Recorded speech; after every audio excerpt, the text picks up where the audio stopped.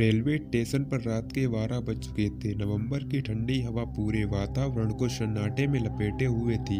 लखनऊ से आने वाली आखिरी ट्रेन का इंतजार कर रहे सूरज ने अपनी घड़ी देखी। प्लेटफार्म पर इक्का दुक्का लोग ही दिख रहे थे। ये छोटा सा रेलवे स्टेशन जिसे राजपुर जंक्शन कहा जाता था, दिन में भी सुनसान रहता और रात में तो इसका माहौल अजीब ही हो जाता था। सूरज कोलकाता से अपने गांव लौट रहा था। उसे राजपुर में ट्रेन बदलनी थी, लेकिन उसकी अगली ट्रेन 2 बजे की थी। प्लेटफार्म पर बैठते हुए उसने अपना बैग अपनी बगल में रखा और ठंडी हवा से बचने के लिए जैकेट के बटन कसकर बंद कर लिए। प्लेटफार्म पर सिर्फ एक पीली रोशनी वाला बल्ब जल रहा था, जिससे एक धुंधली परछाई बन रही थी। स्टेशन के दूसरे तरफ अंधेरा था और हर कुछ मिनट में झींगरों की आवाज़ सुनाई दे रही थी।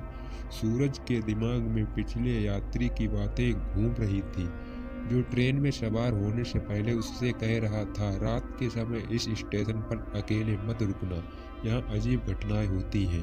प्लेटफार्म पर बैठे हुए सूरज ने एक चाय वाले को देखा, जो स्टेशन के किनारे अपनी दुकान बंद कर रहा था। सूरज ने पास जाकर पूछा, भैया अगली ट्रेन आने तक कोई होटल या लॉज मिलेगा? चाय वाले ने बिना नजर उठाए जवाब दिया, इस समय साहब आप यहीं रहिए, बाहर का रास्ता मत पकड़िए और कोशिश कीजिए कि ज़्यादा दूर न जाए। सूरज ने उसकी बात पर ध्यान नहीं दिया। वह वापस अपनी सीट पर लौट आया। उसने अपने फ़ोन को निकाला और वक्त काटने के लिए कोई गाना चलाने की कोशिश की, लेकिन नेटवर्क नहीं था। अजीब बात यह थी कि ट्रेन में उसका नेटवर्क ठीक काम कर रहा था। थोड़ी देर बाद उसने महसूस किया कि प्लेटफार्म पर कोई उसकी ओर देख रहा है। जब उसने ध्यान से देखा तो स्टेशन के कोने में एक सफेद साड़ी पहने एक औरत खड़ी थी। उसकी शक्ल धुंधली थी, लेकिन वह सूरज की ओर देख रही थी। सूरज ने सोचा कि वह कोई यात्री होगी और नजरें फेर ली। कई मिनट बीत गए। जब सूरज ने फिर उस दिशा में देखा तो वह औरत अब भी वहीं खड़ी थी, बिना हिले डुले, और एक अजीब ठंडक सूरज के शरीर में दौड़ गई। उसने खुद को समझाया, शायद यह मेरी थकान की वजह से है, लेकिन फिर कुछ ऐसा हुआ जो उसे झकझोर गया। वह औरत अचानक गायब हो गई। सूरज ने अपनी आंखें मली और दोबारा देखा, लेकिन वहां कोई नहीं था। प्लेटफार्म पर पूरी तरह से खाली लग रहा था। सूरज ने खुद को शांत रखने की कोशिश की। वह अपने बैग से पानी की बोतल निकालने के लिए झुका और तभी उसे ऐसा महसूस हुआ जैसे कोई उसके पीछे खड़ा है। उसने झट से पलट कर देखा, लेकिन वहां कोई नहीं था।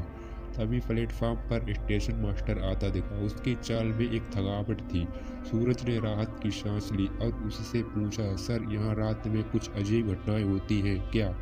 स्टेशन मास्टर ने एक ठंडी सांस लेते हुए कहा, ये स्टेशन अजीब है, खासकर रात के समय। कई साल पहले यहाँ एक महिला ट्रेन से कटकर मारी गई थी। वह किसी को कुछ नहीं कहती, बस खड़ी होकर देखती रहती है। सूरज ने अपनी बेचैनी छिपाने की कोशिश की। सूरज ने कहा, आप मजाक कर रहे हैं? स्टेशन मास्टर ने गंभीरता से जवाब दिया, मैं मजाक नहीं कर रहा। अगर तुम्हें कुछ अजीब लगे तो ध्यान रखना, कभी कभी यहाँ की चीजें हमारी समझ से परे होती हैं। स्टेशन मास्टर के जाने के बाद सूरज के भीतर एक डर घर कर गया। उसने घड़ी देखी, 1 बजने वाला था। अगली ट्रेन आने में अभी 1 घंटा था। सूरज ने खुद को शांत रखने की कोशिश की और आंखें बंद कर ली। कुछ देर बाद उसे किसी के पायल की आवाज़ सुनाई दी। आवाज़ धीमे धीमे उसकी ओर बढ़ रही थी। सूरज ने झट से अपनी आंखें खोली और देखा कि प्लेटफार्म पर वही सफेद साड़ी वाली औरत चल रही थी। इस बार उसकी शक्ल साफ दिख रही थी। उसकी आंखें एकदम खाली थीं, जैसे उनमें कोई भावना ही ना हो। सूरज को लगा जैसे उसका शरीर लाखग्रास्त हो गया हो। वह अपनी जगह से हिल नहीं पा रहा था और धीरे धीरे उसकी ओर बढ़ रही थी। सूरज ने पूरी ताकत जुटाकर अपनी जगह से उठने की कोशिश की और जैसे ही वह हिला, औरत गायब हो गई। उसी समय ट्रेन की सीटी सुनाई दी। सूरज ने अपना बैग उठाया और ट्रेन की ओर दौड़ा। ट्रेन में चढ़ते ही उसने राहत की सांस ली, लेकिन जब ट्रेन चलने लगी और सूरज ने खिड़की से बाहर झांका तो उसने देखा कि वही औरत प्लेटफार्म पर खड़ी होकर मुस्कुरा रही थी। उसकी वह मुस्कान सूरज को आज भी डरावने सपनों में दिखाई देती है।